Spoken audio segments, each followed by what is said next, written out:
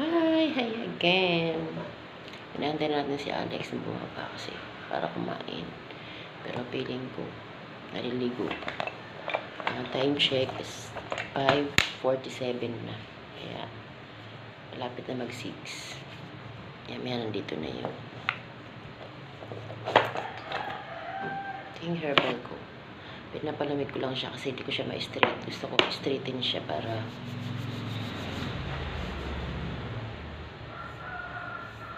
parang alak ba? Nai-straight mo nga yung alak eh.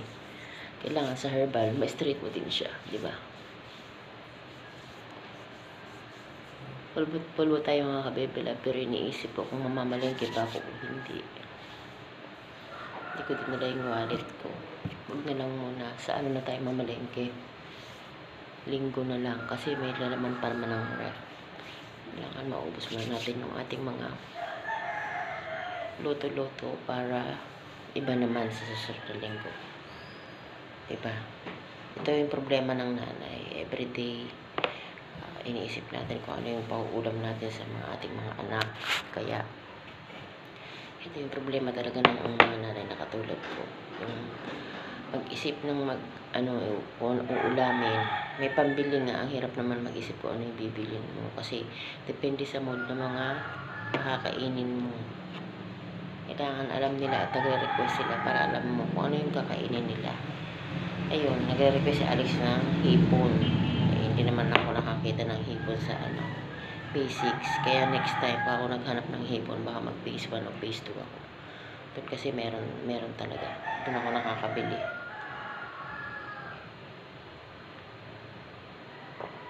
Doon na yung herbal kasing pait ng Red Horse. May nag-comment nga pala kung ako ay lasing. Hindi ako lasing.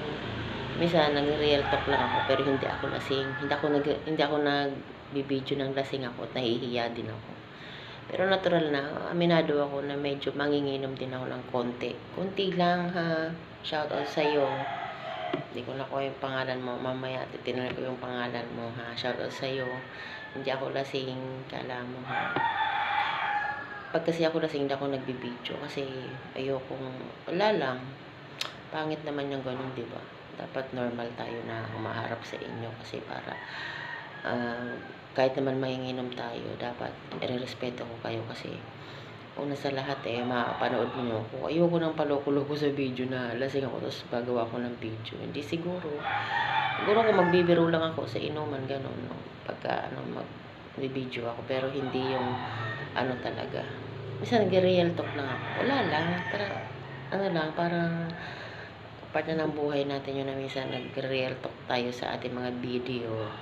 Pero hindi ibig sabihin nun na lasing ako.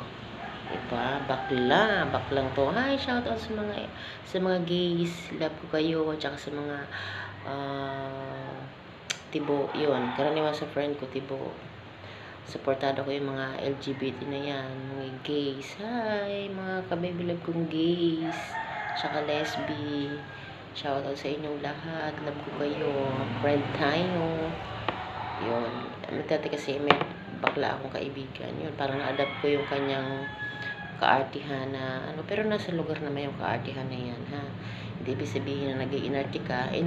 Arte na talaga yun. Yun na may way of lang ng parang paglalambing lang sa inyo na parang nagtutok tayo na parang bakla pero just love wala yun, parang part lang yun ng gusto natin mabati kayo ganun, pero hindi yun kaartihan.